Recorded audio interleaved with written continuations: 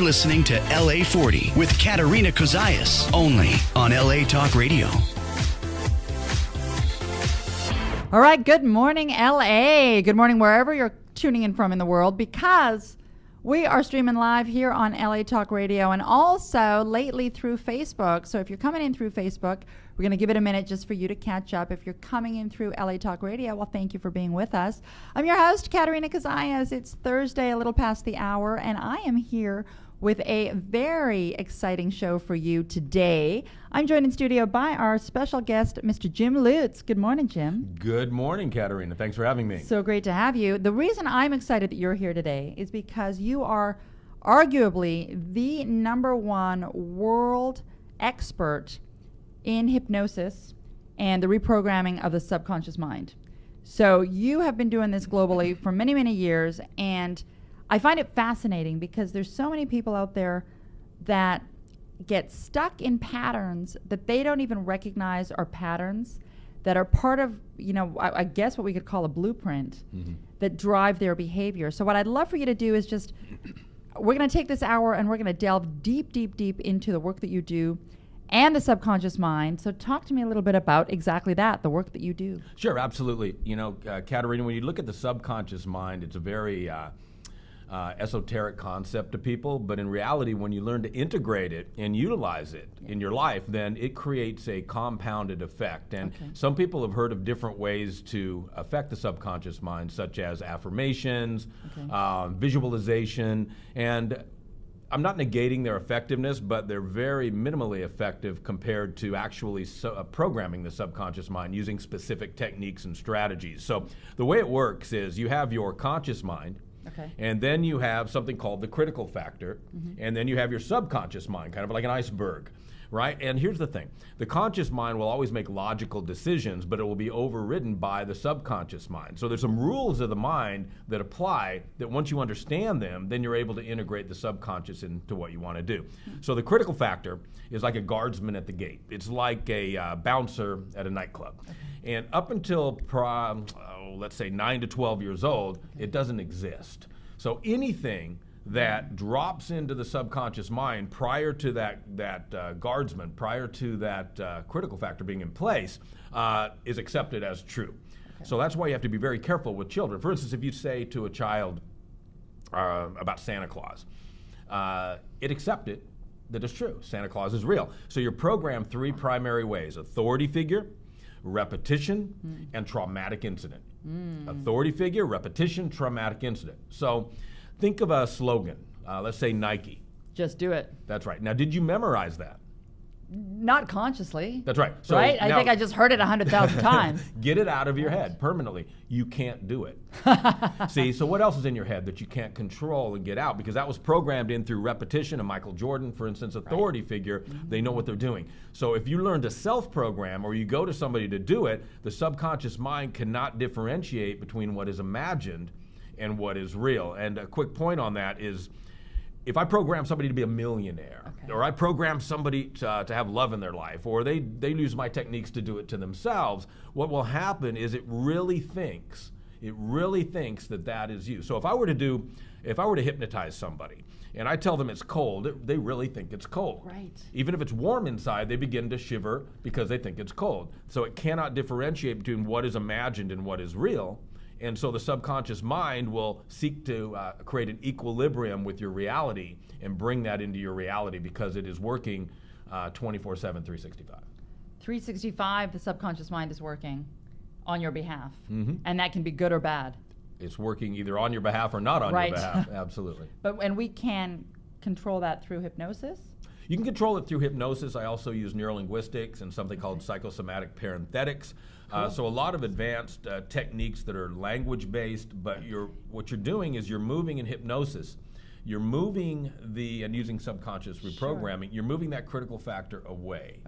Once it's away, then you have the ability to drop straight into the subconscious. So you basically remove that bouncer, remove that gatekeeper. That's right. Now, what you have to do is remember that before that bouncer or gatekeeper is there, everybody's at the party. Everybody's in the nightclub. Good people, bad people, scary people, positive people, negative people. People with bad intentions, people with good intentions. So now they're already in. So now we need to go back in and we need to pick our gets and pick who we want to stay and kind of tell everybody else it's time to go. Right. Wow.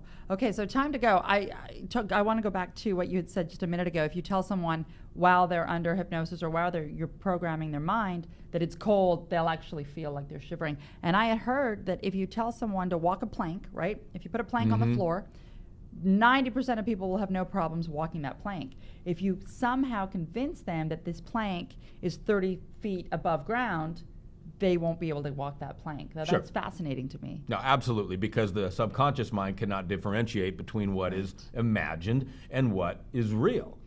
So, have you ever heard of psychosomatic pregnancy? Okay, explain that a little bit. Psychosomatic pregnancy is a phenomenon that psycho, meaning mind, and not that kind of psycho, and pregnancy, obviously, it's where a woman thinks that she's pregnant with such conviction that her breasts change, her menstrual cycle changes, her hormone profiles change. She's not pregnant. She just thought with that level of conviction that she was. So if you're able to create that physiological response in the body, what can you do when you learn these techniques on your own? What can you do this if you go somewhere and actually program out all of the negative programming that's overriding your current behavior? So if you think of it this way, think of the subconscious mind as the kitchen in a restaurant. Okay. Okay. Now, we walk into a restaurant and we say, we're hungry. Are we going to get fed? Probably not. They'd probably say, what do you want to eat? That's right. Right. Because there's no specificity on what you want. Now, the waiter comes up and you say, I want food. No, we're not going to get fed. Okay. The waiter comes up and says, what would you like? And you say, I want a meat dish. Well, he doesn't know if you want chicken or steak. He has no idea what you want. So you say, I want chicken. Well, he's still not going to get fed because he doesn't know what size you want. Do you want a sandwich? That's or right. do you want your chicken with? That's right. So now what happens? You now place your order. When do you get the food? The waiter's going to go into the kitchen and put the order in, right? Kitchen representing your subconscious mind. When do you get the food? When it's ready? When it's ready, not when you want it. And so what happens is we go back to our conversation at the table, right? Right. And we detach. So if you look at it from one concept, it's turning it over to God. You look at it from another concept, it's turning it over to the universe. If you look at another concept, it's get out of your own way, detach, and let the subconscious mind do its perfect work. So, for example, sticking with this restaurant example, we give the order to the waiter goes away, and we continue our conversation. We don't sit and stress about the chicken for 45 minutes till it shows up. You're exactly correct. Right? And what we do... Yes, go ahead. No, what you do in life is we try to control that consciously, and you're really just putting a restriction on yourself, and just let the subconscious mind interact with the other energy that's out there, and it will start to happen. It will show up in circumstances. Now, my question is this. We can all, because people say, okay, write down what you want, write down a vision for your life and journal around it. Is that enough? Do we just consciously put that out there one time and hope for the best? Because aren't we talking about the subconscious mind? So how do we take it from a place of affirmations, I want $1 million, I want $1 million, I want $1 million, to actually having the subconscious mind work for us in the capacity of getting us to a place where we really have $1 million? Great question, and here's a great answer for that. Remember the critical factor. Okay, if you do affirmations, what's going to happen is they're going to consciously be affirmed. They're going to bounce off of that critical factor, and a little bits of them will get into the subconscious. What happens with affirmations is that you'll start to negate the affirmation by saying, this isn't working, it's taking too long, and now you've stopped the progress. So an affirmation is like pushing a car out of gas up a hill. Wow. So you expend a lot of effort, and you don't go that far. Pretty soon you begin to do what? You get what I call an insidious cognitive cancer called doubt. And the minute you doubt something, it's like a drop of cyanide in a gallon of spring water. And it poisons everything, and it's very hard to filter out. So look at what you just said. Right. You said, go back to your example of I want $1 million, right? Okay. When you program that in to your subconscious mind, it's a literal mechanism. It bounces off of the quantum field. Okay. We're going to call it that for the purpose of this interview. It bounces off the quantum field, which is a literal mechanism that reciprocates exactly what you want. So if you say, I want $1 million, I want $1 million, what's going to happen is it's going to say she likes wanting. Wow. She likes wanting, so let's have her want forever. let's have her want that $1 million That's right. forever. So the $1 million never comes over because you're are programming telling, in wow, seeking. that you want it. Oh, wow. Yeah, versus already having it.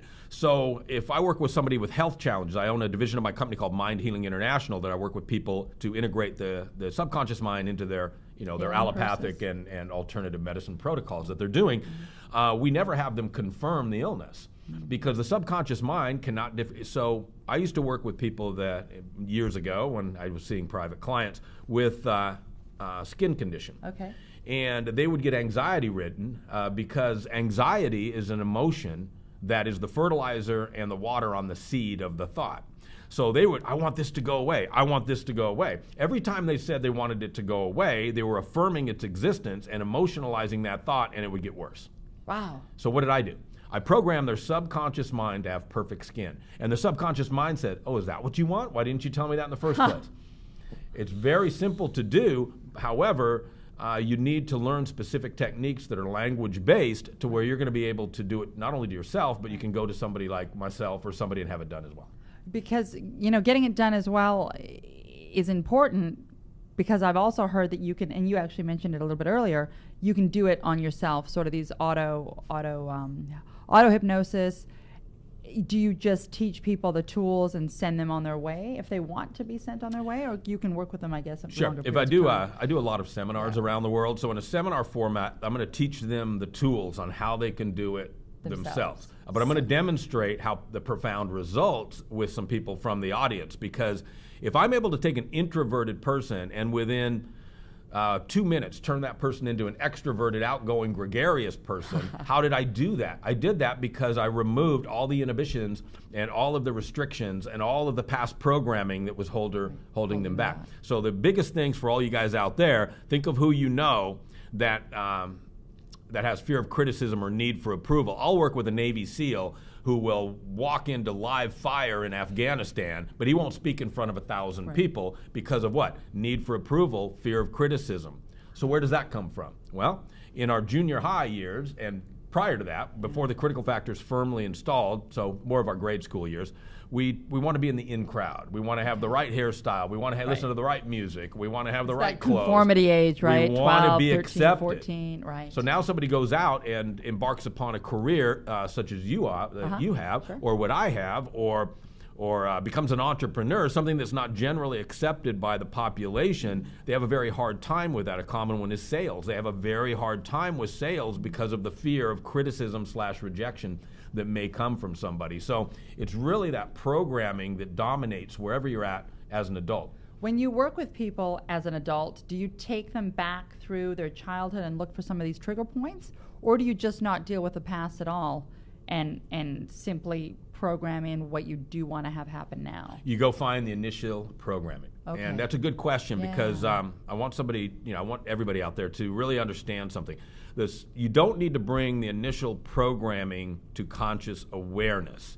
And what I mean by that, the subconscious mind can operate indirectly, under the radar. Okay. And because sometimes whatever is causing that challenge in that person's life, you may not want to bring it to conscious awareness because it may involve an individual that is still in their life, and it can create an entire new set of problems. Right. And so, but you need to go back and elicit the trigger point, like you said. And there's ways to do that. There's techniques that I teach, idiomotor response training I teach my private students to where they're able to do it to themselves and bypass that critical factor and speak directly to their subconscious mind and put their own programming in. Right. Wow. You see, I really have a respect for what you do, and I know that it takes a long time to get to a place where you've crafted this, the techniques. But I get a little bit frustrated because, now in this social media world that we live in, and you're scrolling through Facebook, or you're scrolling through Instagram, and you see this hey, buy this audio for $19.99 and it'll change your life.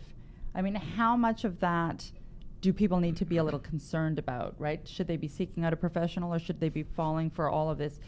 And I don't know if it's falling for. Maybe that's a great $19.99 program that'll change your life. I haven't bought it. But what do you say to someone that is looking for help in that capacity? I'd say something's better than nothing.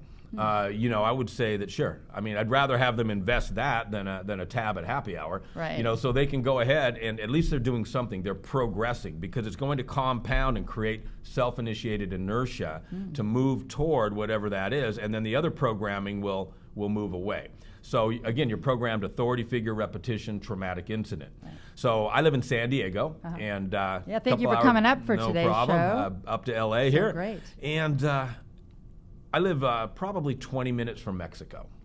Now, think about a child in America, we'll use San Diego, that's an 8-year-old child. Right. They're programmed, authority figure and repetition, don't talk to strangers, don't talk to strangers, don't talk to strangers. Right. Right? And rightly so in many cases. You don't want to go do that. Now, that means when they get older, they're awkward sometimes in social situations. They're awkward in sales. They're awkward in network marketing. They're awkward in whatever it is that they end up doing that requires talking to strangers because they were programmed to not do that. Right. Exactly. Okay. Now, let's go 20 miles south of San Diego. Okay. Now we're in Mexico. Yeah. Now we're in Mexico. Right. That 8-year-old Mexican child is programmed 180 degrees to go talk to every single stranger you see. They are fearless. They will follow you 3 blocks down the road trying to sell you something. And they have no fear. They don't care about age. They don't care about socioeconomic demographics. They don't care because they're associating talking with strangers as a positive outcome versus a potentially criticized outcome. Right. Positive in that we may be able to generate some revenue, some income. That's right. Somebody will give us some money. Somebody Our will life give us an will be opportunity. better. Wow. And you're talking literally, that's a really amazing example because you're talking 20 miles across, We're talking 10 feet, actually. Right. Yeah. Yeah. So it's a huge difference, and so I tell everybody, whether at my events or privately, to really watch what you say to your children and watch what you say to yourself, because you're a constant reciprocating loop of affirmations in yourself. So you're going to learn techniques to where you're able to stop that thought. We all have them. You're not going to become a robot, but you're going to learn techniques to where you can stop that thought before that seed takes root. Wow. Once it takes root, now you have programming that begins to be endorsed and reconfirmed and environmentally confirmed. It depends on who you're around. So you want to make sure that you understand techniques to not let that thought take root and take hold, because that will turn into programming. Internal communication is your programming. Right. External communication is influence. So when you're looking at creating a subconscious response, you can do it not only in yourself to overcome your fears. You're only born with 2 fears, fear of falling and the fear of noise. Really? You can take a tarantula and put it on a baby's chest and it just plays with it. It thinks it's a toy until traumatic incident, it bites it, or authority figure says that's no good. Wow. Don't do that. So what fears do you have? And then we can figure out where the origin of those are and then go back and reprogram that. Well, I would love to talk to the audience. We forgot to tell people and let them know that this is a dial-in show, and we'd love to get you involved in the conversation with Jim here because he's got a ton of fascinating information. If you'd like to join us, please do. You can dial in at 818-570-5085. That's 818-570-5085. If you have a fear of something, and a lot of people do have fears of spiders, fears of falling. I suppose it wouldn't be called a fear of falling at this age, but it would be called a fear of heights, right? A lot of people are afraid of heights. What do you do for someone that says, I'm terrified of flying? Well, it's simple. That programming comes from not flying, but the potential risk involved in flying. The potential risk that they perceive as a risk. Because Absolutely. 90% of the other people that are about to jump on a plane and not think twice don't have that. Sure. So risk. During the reprogramming process, if you're dealing with a subconscious mind, in that case, I would integrate neurolinguistics, NLP. And the reason I would do that under hypnosis is hypnosis functions as an amplification mechanism for psychosomatic parenthetics, big words, or phonological ambiguities, or neurolinguistic programming, or the other words. So when you amplify that, there's an area in your mind that compartmentalizes things that you love and things you don't love. There's an area of your mind that compartmentalizes things that you are comfortable with, things that you're not comfortable with.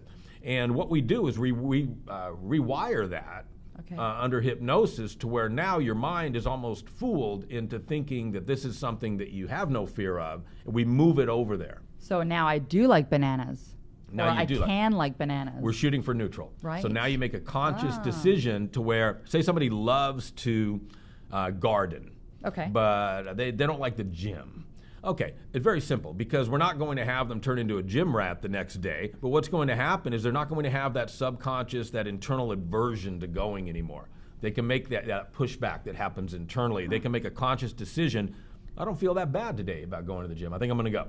So you're creating that neutral space that they can direct. Now, who comes and seeks you out? Is it entrepreneurs? Is it athletes? Do you work with all types of people? Do all types of people need this?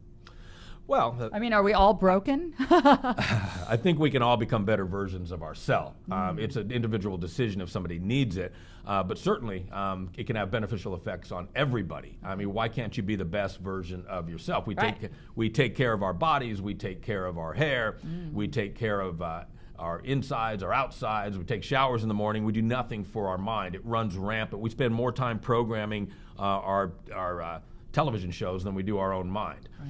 And we become victimized by that programming. Now, if everything is fine and moving forward, then you can become even better, though.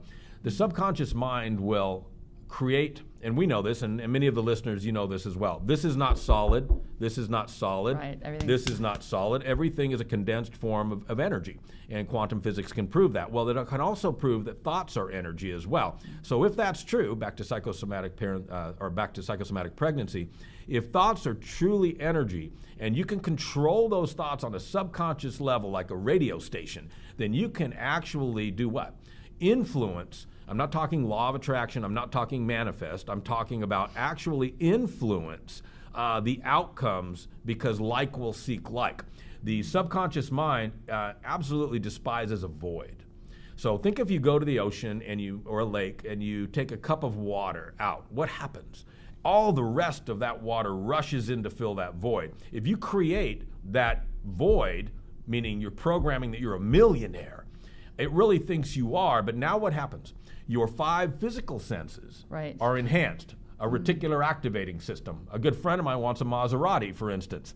So all of a sudden she sees Maseratis all over town, right? Well, there they are, right? Yeah. Did they have a sale all of a sudden? No, they didn't have a sale. You're starting to become physically aware with your 5 physical senses. Now, here's what's really cool.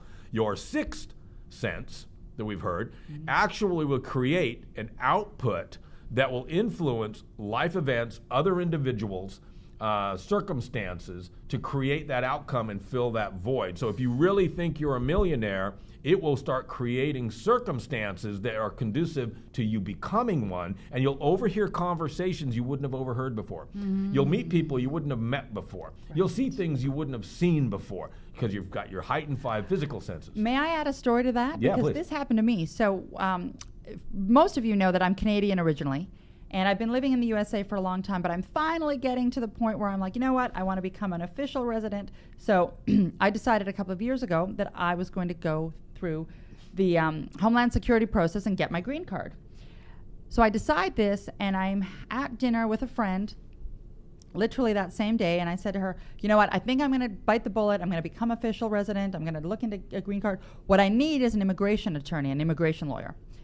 I throw this out there that afternoon. We go for dinner the next that evening, and we go to one of these restaurants where they've got the communal seating, you know, like the benches, and so they seat us down across from these, you know, strangers who are having their own conversation, and the conversation they're having is about immigration lawyers. And I'm thinking, you know, would I have heard that? Would I have been tuned into overhearing their conversation had I not been actively, consciously seeking out an immigration attorney? So that's my contribution to your story. That happened to me. That's a perfect example, Katerina. It's a perfect example. And what'll happen is, you know, I do very rare private clients. I'm not rare private clients, but very few private clients. I'm not a hypnotherapist, even though I was 20 years ago, I guess. Now I work with more people that just want to remove any barrier to how far they can become in life. Now, that doesn't necessarily mean monetary gain. It could be the most loving person. When you remove fear, all that's left is love. There is nothing else. That's it. It's the omnipotent power that drives everything. So you're able to use your mind in multiple directions, not only to acquire what you want, but become that version of yourself that resonates on a much deeper level with people, because we operate superficially. Why is there so much fear in people's lives? Like, more people than not wake up with anxiety of how am I going to pay my bills, wake up with anxiety over what's happening with their kids, wake up with anxiety. Why are we generally as a society not waking up with this sense of possibility? Where is that disconnect that's happening? Well, that's a good question, and I'll give you my personal theory on it. Sure. And some of our listeners may agree or disagree. We are living in a highly stimulated environment, more than any other time in history. Between our cell phones, Facebook, telephone calls, television shows, radio, driving, signage, people talking to you, overhearing, and there's a synaptic response that used to have a rest period in between it. And synaptic responses are the firing within inside the brain. So think about a boxer. A boxer's a tough guy, very tough. Even he has to rest a minute between rounds to recuperate. We have no recuperative period these days. So we're constantly firing these synaptic responses, these neurons, and the dopamine is releasing every single time. Facebook on a phone is like crack in your hand.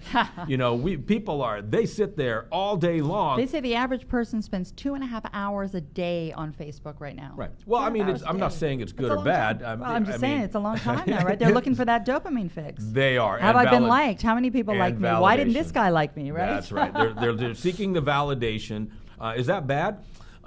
You know, it's not for me to determine if it's bad or not, but back to your question about anxiety and ADD and ADHD and ABCDE and all of the other ones that everybody seems to be plagued with these days, it's because there's no recuperation period in between the firing of these synapses in the brain.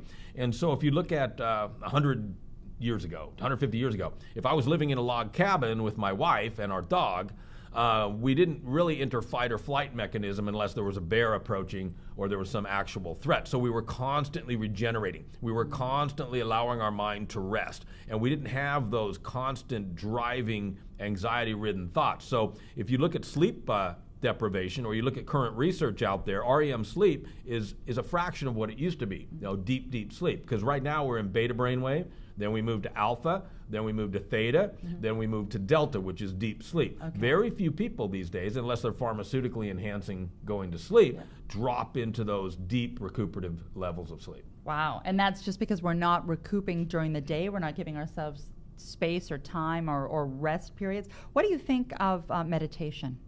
Meditation's fantastic. Transcendental meditation in any form is fantastic. I'd rather have somebody integrate something. I'd rather have them sit and close their eyes for 10 minutes and not know my techniques or meditation formally and just allow that recuperative period. But what you have to realize is everything takes practice.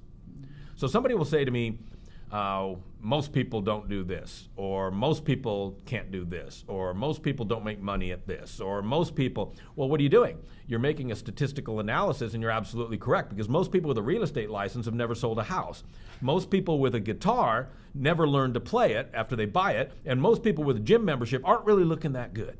And so it's most people. So we have to move ourselves into the arena of having that self-discipline to apply something until you begin to see the results. The mind needs to be unconditioned and then reprogrammed and reconditioned, and we need to be a willing participant in our own evolution to begin to utilize it and allow ourselves to have some patience, because we're in an immediate gratification society. Well, and it goes back to our example earlier about waiting for your chicken at the restaurant, right?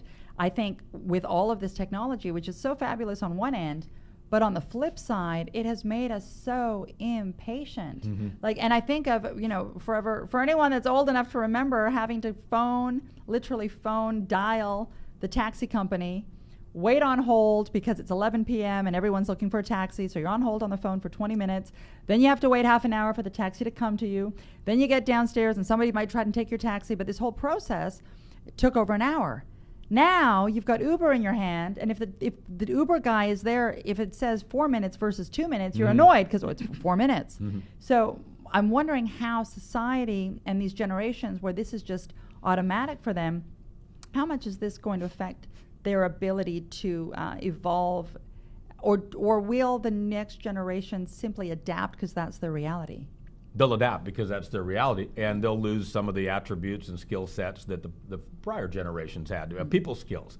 I watch people very closely. I watch their body language. That's what I do. And I teach persuasion and influence trainings. And a lot of people from around the world fly to San Diego to learn from me persuasion and influence. And it has an integrated component with the subconscious mind as well, because if you're able to craft your language in a way that you can communicate effectively, then what are you doing? Your life becomes more fluid. It's a social lubricant. It becomes much more fluid, which means what? As long as you're creating a win-win situation, then your communication skill sets are really that social lubricant, because everything you want, higher power removed, has to come from somebody else. And now, everything, these headphones, the car, everything does. So your ability to communicate effectively is very important. I think a lot of people are losing that these days because there's no eye contact when they're talking. They're looking at their phone and having a conversation, which is fine. So we have to accept change. I mean, my father's world, it wasn't my world, and we have to accept change and transition. I would just like some people to retain some of the human elements and the emotional interactions and the body language and the eye contact, because at the end of the day, again, love is the omnipotent underlying force, and that's why we see a lot of people that have a huge deficit in that area. And I'm wondering, with things like advancements in artificial intelligence, we're going to be seeing even more of a deficit in the human characteristic side of things. What do you think of the way technology is advancing with respect to artificial intelligence? Do you have any thoughts on that? I'm an observer. I don't really know. I don't really know. So I'm an optimist as well. So I'm going to just sit back and look at, for all of the listeners out there, watch how people are programmed.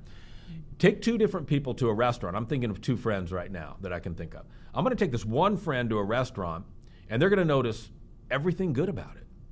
I'm going to take this other individual to a restaurant. They're going to notice everything bad about it. So when I do a seminar, I'll have a laminated jigsaw puzzle, and it'll be a beautiful beach scene or a mountain scene, a serene scene, beautiful, absolutely sunset over the beach. I'll take a piece out of the middle before I laminate it. So now I have a piece missing. I'll hold it up to the audience. What do they notice? The missing piece? They notice the missing piece, and they miss the beautiful sunset that was there. So with AI, artificial intelligence, and progression of technology, we have a more myopic view of the world rather than a view that expands within the subconscious mind. And what that's going to do is restrict our own ability to create. Finding the gaps versus appreciating what is actually there for us. It is that what you absolutely. mean? Yeah. So when we're talking about reprogramming the subconscious, we have to be. Remember, I was talking about the skin conditions of those people. Well, we have to be very careful that we don't program lack in our life. So you have to be very careful even when you're cutting coupons, because you're confirming you have no money. Right. So we have to make sure that we are programming ourselves using my techniques or somebody's to where we are moving ourselves progressively toward our goals every single day with that self-dialogue. Right. You can amplify that to where things will start to happen in your life. And like, give me an example. Okay. Well, I have a friend of mine, and he worked with me, and he wanted to find the love of his life. Okay, and great. So, a successful guy, and a little bit on the shy side, but he wanted to find the love of his life. So, what was he saying to himself? I want to find the love of my life. I want to find the love of my life. That bounced off the quantum field, mirrored back. That he wants that. He wanted, so he's going to keep wanting. Wow. Because it's going to give you what you want, and if you want what you want is to want, then it's going to push that back. So, what would he say instead of "I want the love of my life"? I have. So he's going to, if you want perfect skin, but you literally don't have it, you need to program in perfect skin. If you want perfect health, but you do not have it, don't confirm that you're sick. You want that. The subconscious mind cannot differentiate between what is imagined and what is real. So if you're imagining that you have that love in your life, here's the trick though. You can't sit in your living room and wait for he or she to manifest in a puff of smoke. It's not going to happen. So where do they come from? That's the person that spilt the coffee on you at Starbucks. Were you aware that that was the result of your programming? That's the person that bumped into the back of your car at the stoplight. Were you aware that was your next husband, or that was your girlfriend? Or are you aware? And so what I teach my students is to be in a constant state of awareness, because these things are going to react to your programming through circumstance. So once you recognize it, what happens? you now confirm that the programming was effective, which in and by itself becomes what? A reconfirmation of your ability to program your subconscious mind. So it begins to compound over So time. can you do little tests with yourself to get yourself feeling that momentum of, hey, this actually really does work? Absolutely. You're going to practice, though. It's working out in the gym. The process leads to the results. If you quit the gym in 2 weeks because it's not working. Right. So if you come to somebody that knows subconscious reprogramming strategies, it's extremely fast. Right. If you do it to yourself, it's good, but it's going to take a little bit longer. So the private clients that I do work with now, that either through phone or Skype or they fly to San Diego, I'll do the initial programming. Okay. So I'm going to use certain strategies and tactics and linguistics and language patterns and hypnosis and NLP to do the actual programming. Then I'm going to anchor it like have you ever heard Katerina of Pavlov's dog? No. Okay. It comes from psychology. Okay. It's where you... I was a business major. Yeah, they were down the hall. So you've got the bowl of food. The dog walks up, you ring the bell, the dog salivates at the food. Pretty soon you can remove the food, ring the bell, and the dog will salivate. You create that self-initiated responses in yourself through something called anchoring. So I'm going to put that person in a state of hypnosis. I'm going to use the other strategies that I do. And then we're going to anchor those responses so they can fire those anchors whenever they want and bring it up. So let me give you another quick example. Yes. Say somebody comes to me and they say, I lack confidence. Okay? A lot of people do. Well, they have Yes. confidence that they were never going to miss an episode of Oprah for 10 years, and they were confident they could be at home in time to see that show. So they actually have confidence. So think about that for a moment. Where is that confidence?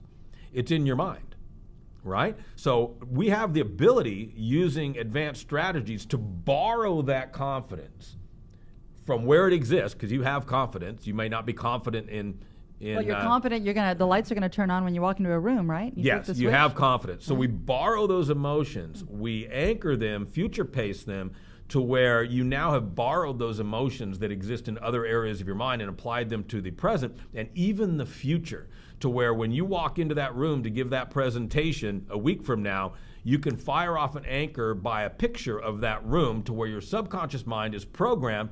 Can't differentiate between what is imagined and what is real. It'll fire that anchor and pull that confidence back from some other part of you, right? Mm-hmm. Wow. This stuff is fascinating. I mean, anyone I think that is looking to, and part of what we are doing, I think, is as people, not part of what we're doing, but we definitely are aging, we're living life longer. And one of the messages that we want to make sure we remind people of through the show is you have a whole heck of a lot of time left ahead of you. You know, knock on wood, you get hit by a bus, but if you don't, you may have 30, 40, 50, 60, 70 years of life still ahead of you. Why not delve into some of this to become the most effective version of you? And this is absolutely one way to do it. Well, I think a lot of people, it's not taught in conventional academics. It's an esoteric concept for some people. Hypnosis is strange to some people, and all hypnosis is a state of focused concentration. You're in hypnosis multiple times during the day. So if you're driving, right? Well, if you're driving and you are listening to a song on the radio, and you love it, and you missed the exit you were supposed to get off on, you were in hypnoidal hypnosis. You were in a state of extremely focused concentration. Or if your significant other says, honey, can't you hear them? Of course you can. Why didn't you hear them, though? Because you were in a state of concentration. So in hypnosis, what I do is I'll eliminate the external stimuli, anchor my voice to the subconscious, move the critical factor out of the way, and go straight into the subconscious and program it. As a matter of fact, I think we've probably got about 5 minutes left. So I want everybody to stay tuned in, because in a moment I'm going to hypnotize Katerina, and she's going to sing her favorite Beyonce song for all of you. I didn't tell you about that. Oh, no, you didn't. Should we try that? Absolutely. You think you should? I was going to say, I don't mind as long as I'm singing. Wow, okay, look, we could try this. No, I'm not going to allow myself to get hypnotized. I know she's not going to. I was going to say there's like disclaimers all over the place here, but that I have seen some of your video footage where you literally will program somebody, and in a minute, with seconds, they believe what you're telling them, and it's just fascinating to me. That kind of power, do you use it for good or for evil? Purely evil. No, it's really not it's a skill, not a power. Anybody that's highly skilled in hypnosis will use what you're referring to as instantaneous induction or rapid induction hypnosis. What I'm doing is I'm bypassing that critical factor we spoke about in a split second. Right. So I'm taking the individual, I'm using specific language, what's called pre-framing, to get an unconscious compliance. And I want to segue, and then I'm inducing hypnosis in 2 seconds, and out they go, right? And then you can insert the programming. But I want to, I know a lot of the people out there, maybe this isn't something they want to integrate for their personal growth. That's the industry I'm in, the personal development industry.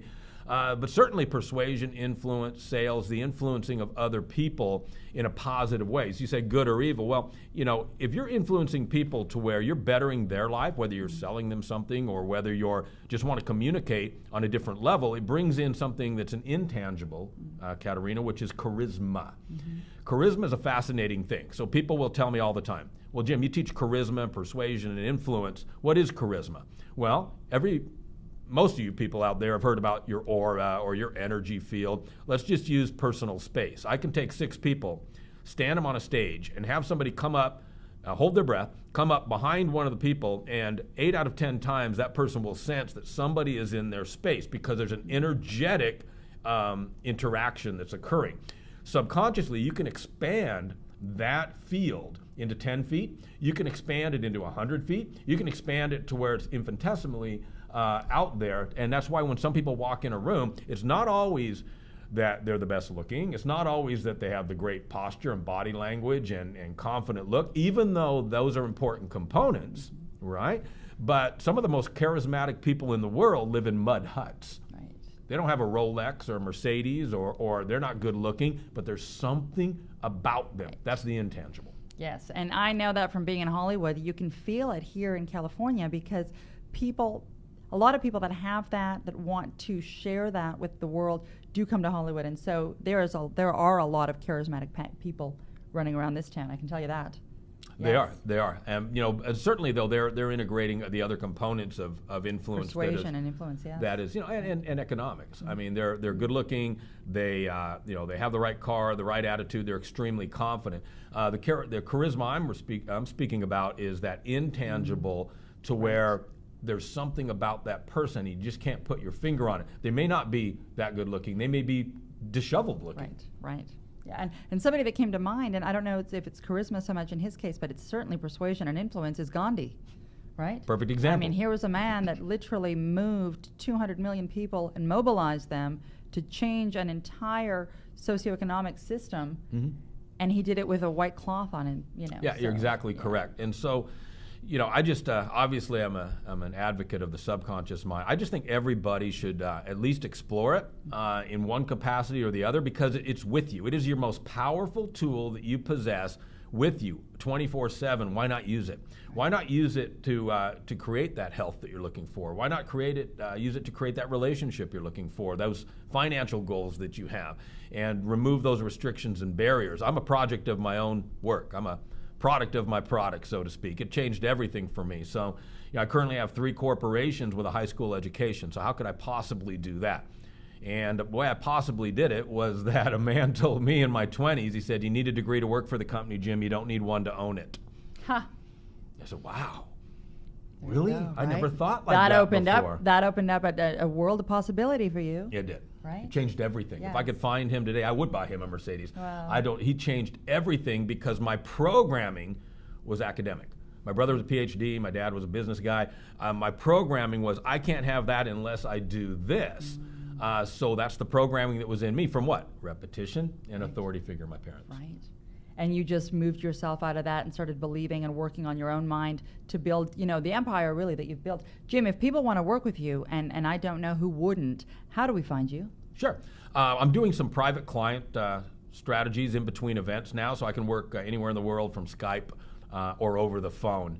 So reach out at, I'll give you my personal email, jim@lutsinternational.com. That's LUTES international.com. So whether you're interested in events or you're interested in a private client, I'll be happy to jump on the phone with you.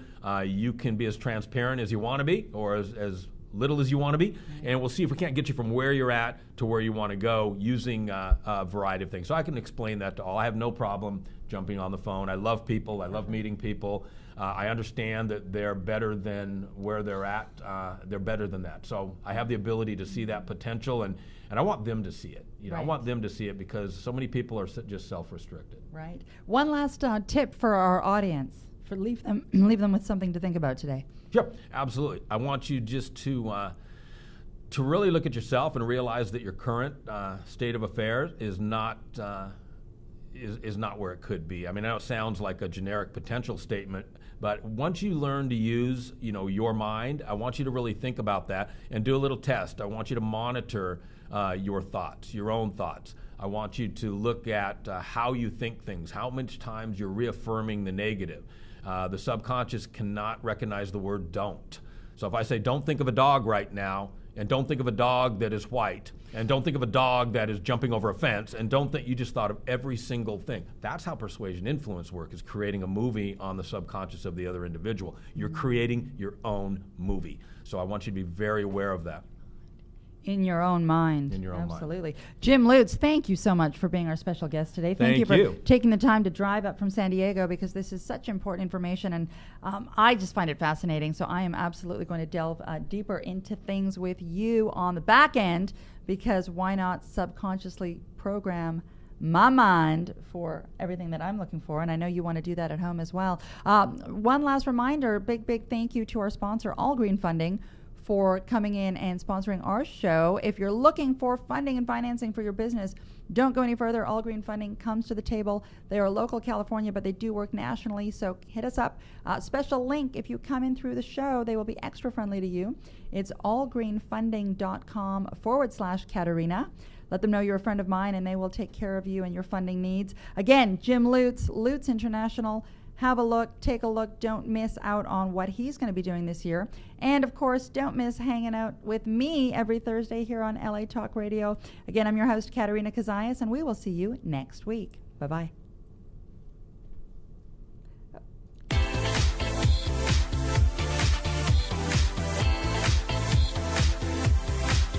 You're listening to LA40 with Katerina Cozias, only on LA Talk Radio.